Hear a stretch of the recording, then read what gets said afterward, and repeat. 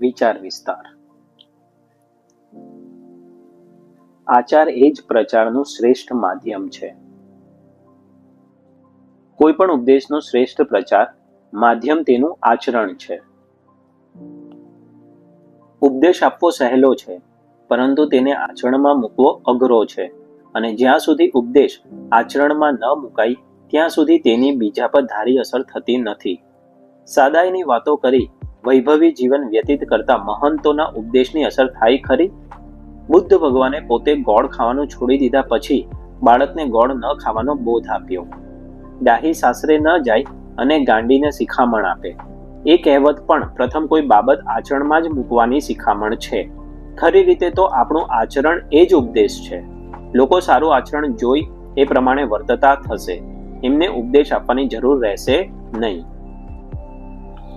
આમ આપણે આપણા સંપર્કમાં આવતા લોકોને સુધારવા માંગતા હોઈએ તો આપણે આદર્શ આચરણ કરીએ, ઉપદેશ ન આપીએ.